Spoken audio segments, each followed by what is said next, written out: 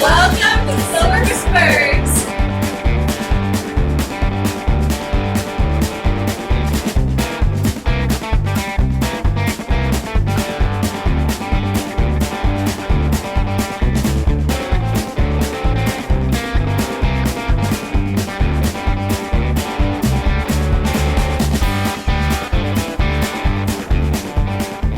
This event is so much fun. It's one of the best fundraisers and funnest fundraisers in Salt Lake City. Hoedown, put on your best Western duds, go for it.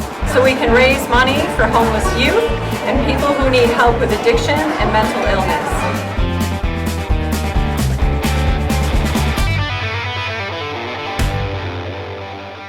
Thank you for joining the Silver Spurs. I'm Shawna Laws. I'm a district manager for Wells Fargo Bank here in Utah. I'm also part of the Volunteers of America Utah board, and I've been on the board for the past 3 years. Actor Denzel Washington once said, "At the end of the day, it's not about what you have or what you've accomplished. It's about who you've lifted up, who you've made better. It's about what you've given back." Volunteers of America Utah provides a bridge to self-reliance and health for vulnerable individuals and populations who struggle with homelessness, addiction, and mental illness in our Wasatch Front communities. Volunteering is part of what we do at Wells Fargo here in Utah. In 2019, we had 3,700 team members out volunteering in the state. Out of those team members, we volunteered 45,000 hours. Some of those things that we've done is we've served breakfast every Tuesday morning for over 2.5 years at the Youth Resource Center. And we've taken great joy of surprising those clients with different treats that they don't usually get. And I would say one of the things they really love is coffee creamer, which is usually powdered, but we bring them flavored and they've really loved that. Another thing this year that we committed to is being part of the Women's and Children's Center and cooking dinner there. And it's been so gratifying to know that we're helping those ladies and those children. We've been part of the Mardi Gras. It was a blast for our team. And they've also reached out to us when they were having a hard time filling their pantry, and we've been able to help fill that pantry. And I've noticed that it's become part of the blood of my team, whereas we have extra clothing or there's something that we see that they need, everyone pulls together to just try and make a difference with the Volunteers of America Utah. And I'm very proud to not just be on the board, but know that my team has it in their blood now. And I hope that as you participate during the Silver Spurs, you're going to feel that too. And that could be hopefully making some donations if you can do that. If you cannot do that, at least finding opportunities to volunteer and making a difference in our clients' lives. With circumstances being a little bit different with Silver Spurs this year, hopefully you'll have fun with this virtual event. Wells Fargo is really proud to be a sponsor of this event. We're hoping that you'll have fun tonight, you'll participate, and we also want to congratulate those that are being honored during this event. Have a good day. Hi, my name's Amanda Madsen. I've been in the cocktail and beer industry for quite some time, but my love is definitely in the beer. Hi, my name is Camille Trujillo. I've been in the cocktail industry for about 8 years and recently into the beer industry for maybe a year or so. We're both from Salt Lake City, Utah, and we're excited to make some cocktails for you today as well as teach you a little bit about it. And welcome to the 10th Annual Silver Spur Hoedown for Hope. Now we're going to talk about history, flavor profile, and balancing and building a cocktail. One of the first cocktails was a whiskey sour, and it was for medicinal and digestive use. Slowly it became into more of an enjoyment. So people would add bitters, they would add sweetness, sour. People were trying to make something for enjoyment and not something so much for digestive purposes. One of the first bartenders was Jerry Thomas, and he made a book about all of classic bartending cocktails. It was called Bartender's Guide, and then it slowly progressed into using more liqueurs and more fancy, how more fancy can I get with this cocktail? By the 1860s, they started again using liqueurs and adding garnishes and using cream and milk and eggs and stuff like that. And some of you may or may not have heard about the golden rule and what that is with balancing cocktails. It's a 2-to-1 ratio. So it's 2 parts spirits, 1 part simple, and 1 part tart. For example, you could use a margarita. It could be 2 parts tequila, 1 part lime, and then 1 part agave. For the most part, you want to stick to that rule, especially when you're first learning how to bartend. And that honestly kind of segue into another really important thing here is talking about like substitutions. So kind of what Cami was saying there is maybe you don't have tequila. Maybe you want to make a margarita, you don't have tequila. What could you use? Maybe try with gin. Who knows? Get crazy with it. It doesn't matter. You don't need to stick to a cocktail recipe. You could go off balance. You can use whatever you have available. You can even use the fruit and herbs that you have it outside of your house, in your garden. You could substitute one liqueur for something that you like better. There's so many options that you can make a great cocktail. All it is just trying to figure out what works for you and what is your taste palette. Yeah, just going back to that golden rule, you know, kind of keeping that in mind. Like you want something, you want a couple parts of that base booze, you want a part of that something citrusy, something bitter, and a part of something that's going to sweeten. And you can always edit that. Like maybe somebody comes over to your house or up to your bar and they don't want it too sweet. Maybe tone down that sugar aspect, maybe tone up the citrus aspect. It just depends on your flavor profile, and if you like more sweet, more tart, you can adjust it that way. But this is just a basic guideline of how to make a cocktail. So there's actually a lot of different ways to build a cocktail. Sometimes you might shake a cocktail, sometimes you might stir. There's actually even a rolling method that's used from time to time on really specific cocktails. So we're gonna kind of go through those right now and show you a little bit of that. So yeah, we'll show them how to shake a cocktail. The first thing we're gonna do is shake a cocktail, and you're always gonna want to put ice in the back and all of your liquor in the front, so that way the ice doesn't melt over time. So you can use whatever ice you would like, and then you can get fun with it. You can use a little bit of flair, you can do whatever you like, but as long as you're shaking it and breaking down the ice and getting it cool, that's all you want. Yeah, one thing Cami taught me over the years is you really want to see how this is starting to get a little chilly on the outside there, you're starting to get that frost. Something you're looking for. Yeah, that's when you know it's good and you can release it and start enjoying it. So I'm going to also show you a little bit of method on stirring. So back in the day when I used to work at Beer Bar, they taught us a little bit about just stirring a cocktail. And one of the things that he said to do, honestly, is like when you're at home, just go to your house, you're sitting on the couch, you got nothing better to do, go grab a shaker pint and fill it with ice and a stir spoon and just practice. Practice with water. So, because it does take a little bit. It doesn't come completely organically, but if you do that, even for like 20-30 minutes, you're gonna get it down. So you're gonna want to put the back of the spoon up against the shaker, bring it down into the bottom, and it's kind of a sweeping motion. As you'll see, my hand kind of does this like stir type thing. You want to kind of keep it pressed against the outside the whole time. And if you want to count to 20 to 30 seconds, that would be a good. Yeah. And you know, if you don't have a lot of ice in there or water if you're practicing, you're not going to really get a good spin. So you definitely want the ice to cocktail ratio pretty good in that. And then the last way to build a cocktail is rolling. And what you want to do, you want to again use a tin shaker. If you don't have something like this, you can use a mason jar. You can use whatever, a shaker bottle, a blender bottle, whatever you have at home. As long as it seals and as long as you can have a motion of going back and forth. So for rolling, what you want to do, you want to have your cocktail build, and then you want to go back and forth really slow. And what that's going to do, it's not going to necessarily cool or break down the ice. It's just going to incorporate all the ingredients back into the cocktail. Yeah, and there's another method of rolling too that you might see as well. So this one's typically used for like if you're making something that's like really viscous. So sometimes you want to shake, sometimes you want to stir. Usually you're going to shake when there's some sort of citrus or something other than booze in the mix, because you really need to blend that and mix it together. Stirring is usually often used for when we're just using straight liquor and liqueurs and bitters. So anything that doesn't really need that extra mixing agent, like we can stir with that. And of course there's always going to be rules broken and people doing things different, and that's what's fun about it, is you can kind of do your own thing. So another way you might see people rolling is grabbing two of these guys, and you're just going to kind of pass the liquid back and forth between. So something that you would do with this would be something that's pretty viscous and delicate. So maybe like a Bloody Mary, where you're not really wanting to dilute it very much, but you really want it to be mixed in. There might be some different ingredients there that you really want to not settle to the bottom, especially if you're using like ground peppercorn, celery seeds, things like that. You want that to kind of all be mixed in, but at the same time you don't want it to dilute. So that's also another method that you can use for making a fancy Bloody Mary for brunch. One of the things that's really important in making a drink, whether you're pouring a beer or making a cocktail, is glassware. A lot of times you'll go into like a craft beer bar or a bar, and you'll find some really unique glassware on the wall. There's a reason for that. Once a week at Crocker, we oftentimes get together, some of the brewers, different people in marketing, distributing. We'll all sit down and do a sensory tasting, basically. One time, two beers were brought out to us. One was in kind of a tulip or an IPA glass. The other one was in a shaker pint.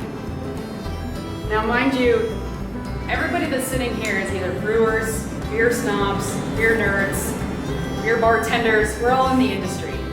Not one person got the beers right. They were the same beer.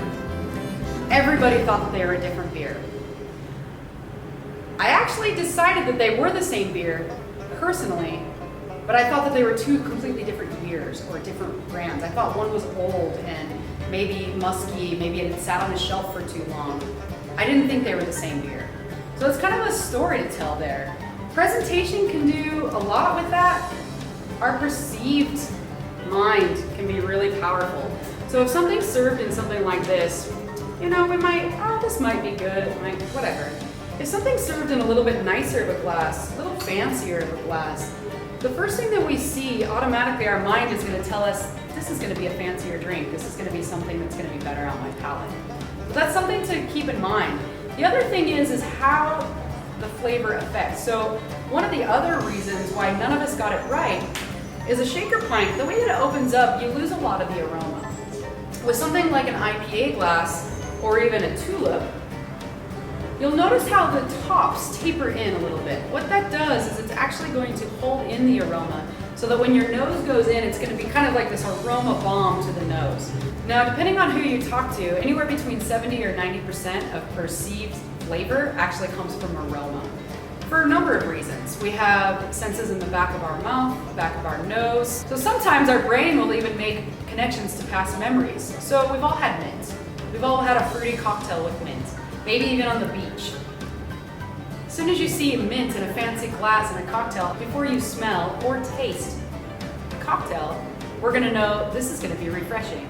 And we wanted to show you how important appearance is. And so what we're gonna do, we're gonna make a couple different variations so you at home can make it yourself and you can see how important it is. So the first one, we're just going to do a simple wedge. And just to see, it looks nice, but it's not gonna look as presentable or as appealing as some other ones that you can do, and they're just as easy, if not easier. I'm just gonna cut that. We just have water in glasses just to kind of present it. There's that way. Very traditional, very standard. Or you can kind of get a little crazy with it. Still use the same wedge, but just make it a little bit more fancy. And these are just cut into little wedges, into wheels. And then just look how much better and more presented that looks. And then for the next one, what we're gonna wanna do, just kind of get a little bit more fancy with it. We're gonna start with the cucumber. You can use citrus, any peel, as long as it's a peel, and you're gonna wanna get a thick slice. Doesn't matter how thick, as long as it's pretty girthy. And then we're just gonna roll it. And this is super simple. It's gonna take maybe 20 seconds to do. And you're just gonna take a toothpick or whatever you have, and we're just gonna skewer it. And it's gonna be a cute little flower. And you can just leave it like that, or if you wanna get extra fancy, what you can do, you can take any sort of herb. We're using mint, and we're gonna slap it. It's called expressing. Just kind of helps to open up the aroma. So any of those herbs have some good oils, as well as the citrus and stuff like that. Also with appearance, we also want to do an aroma. Again, with what we're doing with the herb, where you slap it and kind of heat up the oils and it fills that aroma, we're going to do the same thing with the orange peel. So I was once taught how to do this without cutting skin off your finger. This is important. So grab the top and the bottom. You're going to gently place your peeler and your thumb at the bottom. You're going to start peeling. Once you get to about here, take that thumb off. I've seen too many people get top of the skin off. Go ahead and point your finger on the top and just pull it down. So that's a good way to make sure that you're not taking any skin off. And then what you can do, you're gonna take just in the middle, you're gonna cut just a little slice, a little slit like that. We're gonna take the skin and we're gonna have it face out. And then we're going to make a little boat with our hands and we're gonna just squeeze just a little bit. And what that's gonna do is it's gonna release the oils. And another fun trick, it's a little bit more intimidating, but you can take a lighter and do the same thing. And what the oils are gonna do, it's gonna react with the fire and it's gonna light on fire. So that's just another fun trick. And then you can just kind of put that slit on the inside and make a cute little garnish that way as well.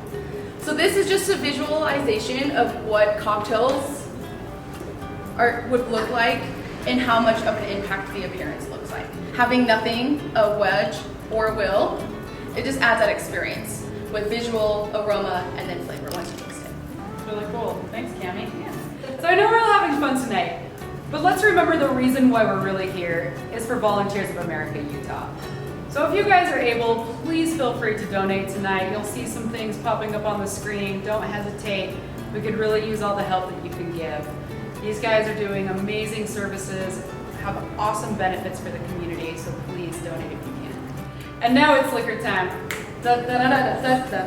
Da, da, da, da, da, da. So here at Crafts by Proper, we actually like to use a lot of local liquor. You'll notice up on some of the shelves, we're going to be using a lot of local stuff. These guys today, Water Pocket, have been really awesome for us. They're doing some incredible stuff, some prohibition stuff, Amaros, aperitifs, a really wonderful Kummel. Not a lot of things that other people are doing right now. They're also doing a really awesome rock and bourbon. We'll talk about that in just a second. So let's start with the Amaros. A couple different ones that we've got right now. Water Pocket has 3. We're going to be using 2 of them. This specific Amaro right here, Amaro number 2, is going to be their Penellan.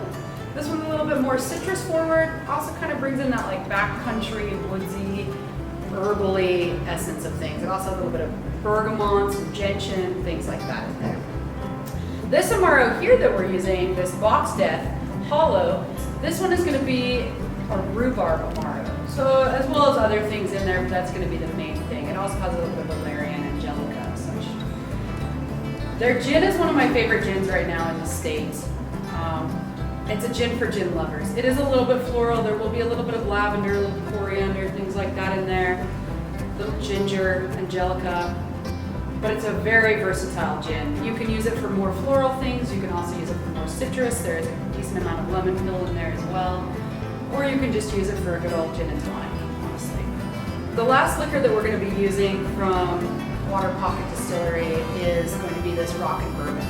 So this is going to be like a camp-style cordial, something that you can sip on the rocks or even just neat. It has dates, figs, a little bit of mace, some other good stuff in there as well. We're going to be using this actually in a tiki cocktail, which some might not think that would work very well, but the sweetness of the bourbon really kind of pulls out that fruit note. And the spices and herbs that they're using in this also bring out some of the Moriat spice simple syrup that we've made from scratch. And sticking with the local theme, we're going to use Honest John Bitters. They're located in Salt Lake City, Utah. All Honest John uses is fresh ingredients. They try to stick with local farmers, local breweries. The first one we're going to use is Nola, and that one is made up of orange, star anise, vanilla, and a little bit of hibiscus. And then we're also going to be using sarsaparilla, and it has black licorice root, ginger, and root beer. And Honest John was founded in 2017, and bitters was used back in the day as a digestive, and a lot of people were selling it as snake oil. And so with Honest John, she wanted to capture that essence, and with the logo, it being a hands crossed, kind of like with the snake oil, I promise it'll help. With his hands tied behind his back, it's not really going to, but they kind of wanted to stick with that theme. So what I want you to do, you have 2 little vials. You can get either one, sarsaparilla or Nola we'll be using. I'm going to be using sarsaparilla, it's one of my favorites.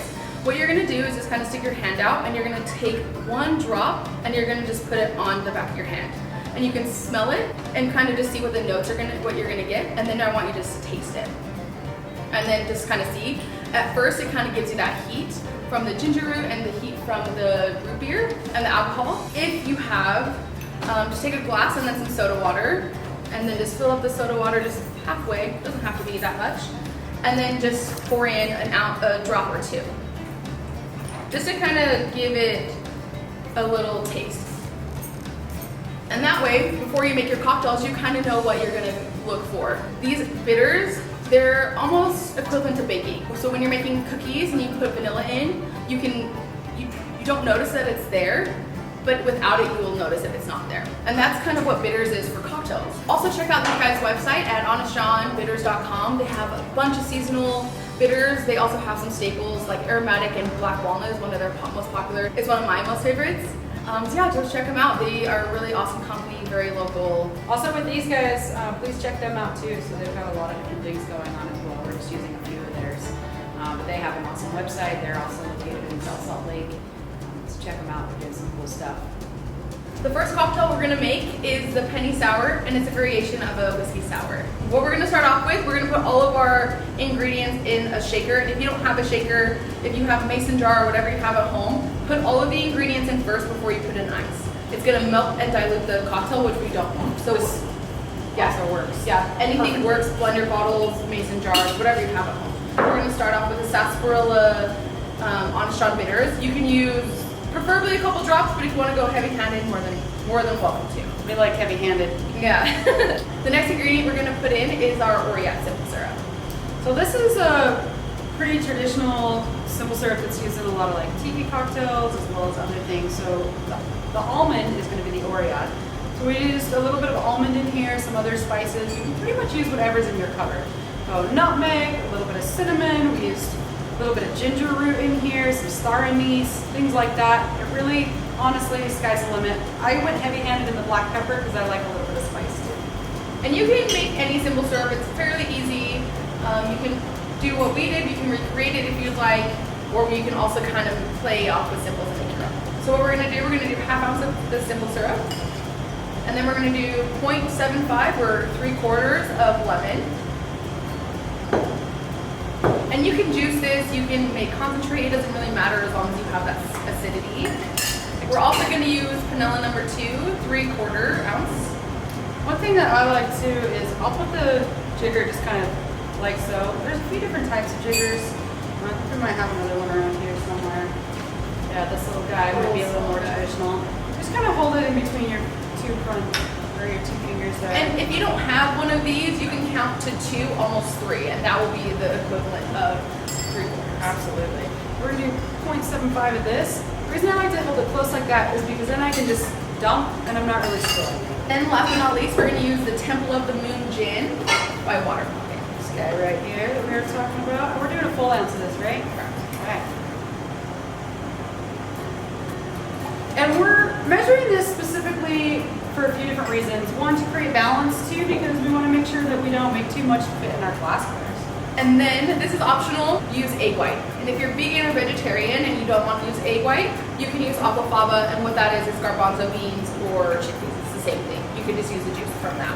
Yeah, just take a can, garbanzo beans, the juice is in there. That's your stuff. Or if you don't want that creamy texture, which is absolutely fine, you can omit the egg and just have it as is. So what Amanda's doing is she cracked it and then is just doing egg white, making sure that the yolk doesn't seep in. And it's just gonna create a creamy texture, and it's gonna emulsify, and it's just gonna make that cocktail just have that mouthful. And while Amanda is shaking this cocktail, what we're gonna do, we're gonna chill our glass. You can pre-chill this, you can put it in your freezer for a couple minutes, or if you don't wanna do that, we can use some ice. And you can do it that way, or you can take it a step further and you can either use tonic water, soda water, or just plain water to kind of chill the glass faster. And so as you'll see, sometimes we're not going to actually use ice when we shake. This is called a dry shake. And with egg, you always want to dry shake first. If you're going to omit this, you don't have to do that. You can just go straight to the ice. But you're going to want to emulsify that egg, get that creaminess first, and then you're going to want to chill the cocktail with ice.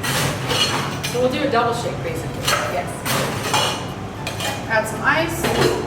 Go ahead again. And what Amanda is looking for when you're shaking that cocktail, have fun with it, but also you're going to want to have that frosted rim on the tip. Nice frostiness there.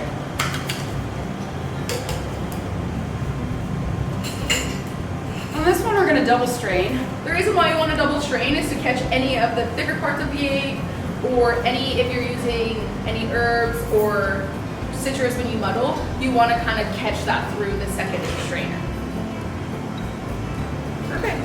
And then all that needs is garnish, and then we're going to be done. Yeah, so we're going to just garnish really simple. You can kind of mix it up. There's a few different things that I would maybe use with this one. I really love like a slice of dehydrated burnt lemon kind of on top was a really nice thing. I also like just using some aromatics. We're gonna stick with this sarsaparilla. Just do a couple of drops on top. This way, when it goes up to the nose, you take that first taste. We're really gonna understand what that is. Hand me one of those little toothpicks there. Perfect. And you can kind of get creative with it. I'm just gonna do a little simple guy there. Gabby, why don't you try that? Yeah, of course. Cheers. Nice to the top. To the top. It's so good.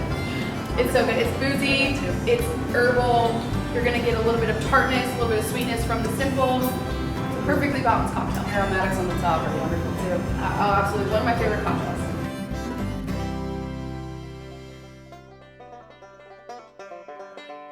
Volunteers of America of Utah are helping people who are in the greatest need, such as mental health clinics, detox centers, and homeless shelters. Consider helping Utah's most vulnerable by donating today. So today we're going to be making a cocktail called a Cordial Death that we came up with. It's kind of a base off of a tiki cocktail. We're going to be using the Rob's Roost Campsite Cordial as our base liquor. We're also going to be using the Death Box Hollow as kind of a secondary Amaro in there. Pineapple, some fruit. We're going to be using lime, some bitters, a nice simple syrup. It's all going to come together. So the beer aspect of things oftentimes takes the place of an ingredient in the cocktail. In our case, we're going to try to create something creamy. So we've chosen to use a wheat ale today. This is going to be a hazy wheat pale ale. The reason why we're using a wheat pale ale today is because it leaves a little bit of creaminess on the mouth. We want to simulate that creaminess that you would find in like coconut milk or a cream liqueur. So let's go ahead and get started. We're going to again start with the simplest ingredients. So we're going to grab our bitters. On this one, we're going to go ahead and use the Nola bitters. And we like to go heavy-handed, so we'll heavy-handed on that. Oh, heavy-handed! Next up, we're going to grab some lime juice. We're going to do 0.75 of lime on this one. 2 ounces of pineapple. So one thing we want to think about is kind of overall impression. We've got a few things going on in here. Some herbally spice, some fruitiness. What's our main impression? We want this to come through as being fresh and fruity. We want to layer the different ingredients in this. So with this one, kind of the main thing that I want to come through is fruitiness. We also want to balance with some of those herbal things that we're using, as well as a little bit of spice. The next thing that we're going to add to that is going to be a little bit of the Orgeat simple syrup. So it's going to be 0.75 on that, and that's the same one that we used in the last. We tried to use something that you could use for both just to show you guys how versatile making a simple syrup could be. So you don't necessarily need to make 10 different simple syrups for your house party. You can make 1 or 2 and use them for different cocktails, and we'll see here how different they can come through. Now we're going to move to some liquors. So the next up is we're going to add some of the Box Death. That's again going to be our rhubarb Amaro, and on this one we're going to be using a 0.5 ounce, so just a half ounce on that. And the last ingredients here is going to be this raw Roost. We're going to use an ounce on that bad boy there. One other thing I want to talk about when it comes to beer cocktails is alcohol content. So I know some of us, we want to go big, we want to go hard. Keep in mind that when you're making beer cocktails, not only do you have the alcohol content in the beer itself, but we're also adding booze. So this is why we're just using an ounce of this and a half ounce of this. We don't want to go too big too fast. We don't want all of your house guests getting trashed on the first cocktail. As fun as that sounds, I don't think that is necessarily what you want. Yeah, for sure. So on this one, we're going to go ahead and shake this bad boy. We're going to do a light shake on this because we don't want to dilute too much with the beer cocktail. And I'm going to grab glassware. On this one, we're going to go ahead and use a 12-ounce glass. We're doing that because, again, we don't necessarily want a huge amount of beer. We don't want to over boozify our guests. So, and let me talk a little bit about what we're using today. So this is Proper Brewing. So we're Proper. This is Craft by Proper. We started out as a humble little brewery up in the Avenues. moved into a larger facility out on Main. I'm sure some of you guys have heard of Proper Burger, Proper Brewing. That's our bigger brewing facility. We still do brew out of the one in Avenues Proper, just small batch. And then after that, we started up with Stratford Proper, and then this lovely little place. We're going on about 1.5 years at this point at Craft by Proper. So this is just going to be a hazy pale ale. Hazy meaning it's unfiltered. Most of our beers are unfiltered. This one's going to show it a little bit more because we're using some wheat, so it's going to have a little bit of a haze thickness to the color, and also to the mouthfeel. So on this one, we're just going to use a little bit of nutmeg for a garnish. Now, at your guys' house, you may or may not actually have whole nutmeg, and that's okay. If you don't, just grab into the spice drawer, grab some just regular nutmeg. If you don't have nutmeg, grab some cinnamon, whatever it is that you need to kind of get the job done. You don't necessarily need every single one of these ingredients. What other things can we substitute for nutmeg? Cinnamon, allspice. Yeah. You can even get crazy with it. You can do pumpkin spice. Yeah, whatever you want. If you don't have any of that, maybe you're a spice-free house. Maybe grab a little lemon pill or something like that, orange pill. I'm gonna go ahead and try this one.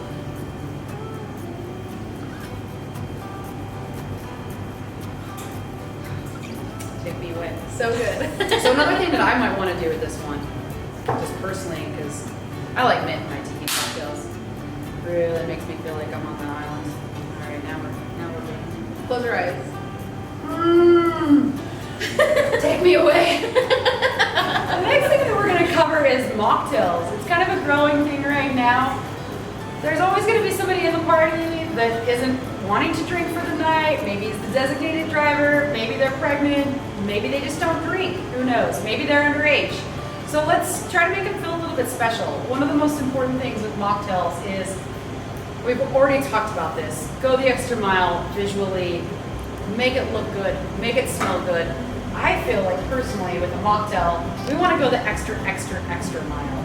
So pull out that maybe fanciest glassware that you have, pick some fresh herbs. Let's get crazy with it, let's make them feel special even though they're not actually drinking alcohol. Another thing that I like to think about when I'm creating a mocktail, booze is bold. It has a bold flavor to it. We want something in our mocktail that's going to have a bold flavor. I like to use sometimes vinegars. You can do that in a couple different ways. One really typical way that people are using right now is shrubs. So a shrub is just a vinegar base that usually uses some sort of fruit and or herbs. Google it, read all about it. They're really fun to make. You can find some fun recipes. Another thing that I like to use is maybe like kombucha is another way to get vinegar in a drink and give that bold flavor. You can also use things that kind of create a memory of sorts. So we're all very familiar with specific types of flavors like coffee and tea, things like that. Seasonal fruits are really fun to use as well in mocktails. Again, just kind of that extra touch. How can you bring a little extra to this? So today we're going to be doing a mocktail that's a spin off of a mojito. We're calling it a cucumber mockito. So we'll be using some fresh, I actually grew these from my garden. We're using some fresh stuff from the garden today. So this guy here is going to use some fresh cucumber. Go ahead and use a good 4 or 5 nice fatty pieces of cucumber. There you go. Put it in there. She's going to go ahead and muddle that cucumber with a little bit of bitters. So again, heavy-handed on the bitters. Now one thing to consider is if somebody is in recovery or does not like liquor whatsoever, note that bitters do have an alcohol base, just like vanilla extract would or maple extract, and it's going to be a liquor base. So a couple of drops for us might not really offend us, but for some people they don't want to do bitters either, as well as kombucha because it does have a very small amount of alcohol. So just be conscious of who you're serving to and remember that it never hurts to ask if they're okay with bitters or kombucha. The next thing that we're going to add is a simple syrup that we made for this. So again, kind of going back to that punch. So for me, I decided to use a tea. We're actually going with the Tea Grotto, which is another local source place. We love these guys. They do some great blends. This is going to be their lime daiquiri tea. I went ahead and added some dried poblanos to it because I wanted a little bit more depth. So not a lot in this one, but just a little bit can go a long way to kind of create that extra. So this guy right here, we're going to be using 1.5 ounces.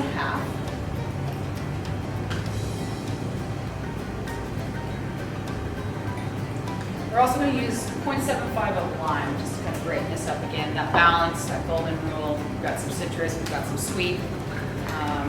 In this case, we don't have the booze, but we're bringing a little bit of that on. And one thing to kind of note in this, on this simple syrup, I actually used a little bit less sugar in this specific simple syrup. So a lot of times we'll do like a 1-to-1 ratio with water and sugar.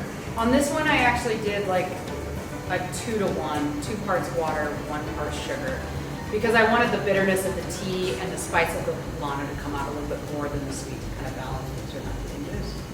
The next thing that we're going to do is we're going to go ahead and shake this. This is just going to be a traditional shake. Nice long shake. Glassware that we've chosen. Shake it, shake it, shake it. And glassware that we've chosen to use in this one is a tulip. I did kind of want to put out there that you guys can use different things. So if you don't have a tulip, maybe you have a wine glass at home, go ahead and use a wine glass. And we are going to double strain this one because it does have cucumber. Look at that color. So we're going to always top with full ice. You know, when we're making a cocktail, if it calls for ice, go all the way. Another shout out that we've got here is these guys were so generous into donating a bunch of soda for us. This is a local soda company. There's not actually too many local Utah soda companies, but Taproot, they're actually owned by a brewery out in South Salt Lake. So it's owned by Salt and Fire Brewing, and their head brewer also makes some pretty incredible sodas. It has a honey base for anybody with allergies. Also, this is a good segue into if anybody has allergies of nuts, that Oriot definitely has almonds. Keep that in mind. They also have a lavender lime and lemongrass ginger. Yeah, so some really nice sodas that they're putting out. We're going to top with that. Sounds so good. Now on this one you could garnish with a cucumber. You guys are going to have some cucumber in your kit, so feel free to garnish with the cucumber. Feel free to get crazy with it. I remember we showed you some of those different things. You can do a cucumber swirl. I really want this one with some mint as well.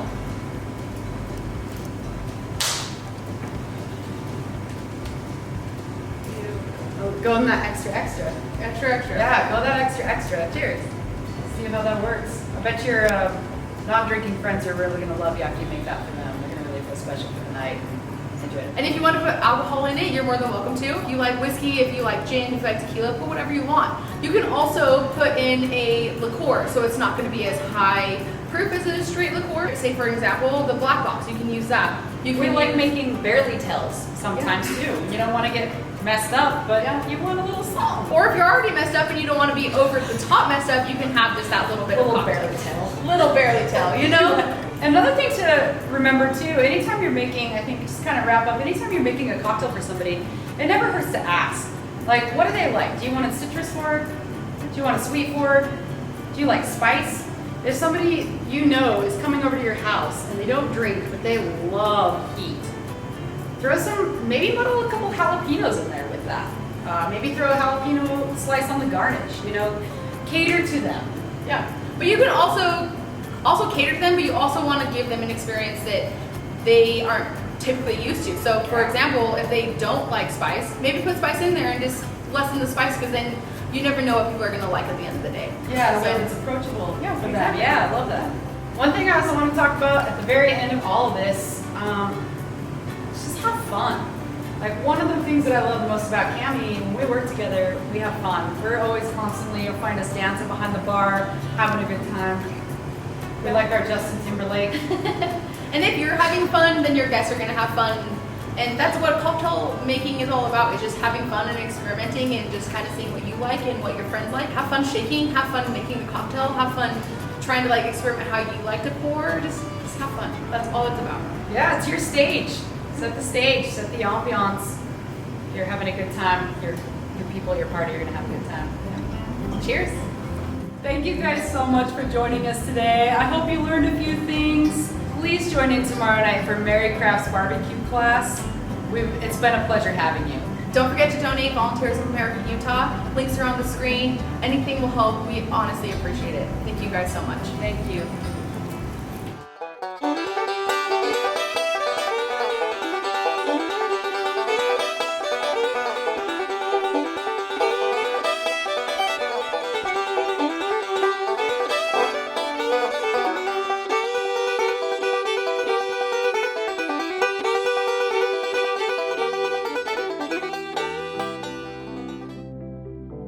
Volunteers of America Utah is, I think, very special in the nonprofit world. I think that we have a mission. We work toward helping the most vulnerable here in Utah. Volunteers of America Utah is happy to take on the responsibility of meeting basic needs for people. So that always starts, of course, with food and clothes and shelter. Now we have 2 resource centers that are providing those exact things. A place to sleep, meals 3 times a day, plus snacks, and then also clothing. Our greatest need for in-kind donations, socks, underwear, some really basic things that people don't necessarily have. My position here at Volunteers of America Utah is the Volunteer Engagement Manager. And with that position, I have the privilege of working with tons of volunteers who are willing to come work alongside us to fulfill our mission of helping our clients. So whether that is a meal program, donation room, I get to work alongside people who are very, very different, and they bring different things into the center, but they're very united in purpose. Volunteering with the VOA, I have had many opportunities to work in the kitchen and also in the sorting area. And I've been able to organize groups to come in and also work in the kitchen with me. I've always liked volunteering, and I've been in Utah for about 13 years. And I was looking for a place to give back, and I kind of felt empty that I wasn't doing something in my community. We currently have multiple programs available for volunteers, such as our meal service program. We also have donation centers where we have the community partner with us to drop off new or gently used things. And those centers are basically operated and organized by volunteers. We also have groups that will come in and lead programming, such as teaching a financial literacy class or coming in to do yoga. No matter what you want to do or what you have to offer, there's a space for you here. Volunteers of America's homeless outreach team and library engagement team are really impressive. Since 1995, Volunteers of America staff have been going out to do street outreach along the Jordan River and wherever we find that individuals are living outside, and trying to offer them opportunities to come in. Housing affordability is a huge issue. So people, if they lose a job or if they have a medical crisis or if they just don't make enough money sometimes, they lose their place to live. And then that's when we meet them and they come to us, and it's very difficult. They're in crisis, and we're trying to certainly be open and say, let us see how we can help you. The community and working with Volunteers of America is basically the backbone of everything that we do. We put in so much time and energy to our clients, but honestly, without the help of the community, it wouldn't be beneficial. This is a partnership between the two of us.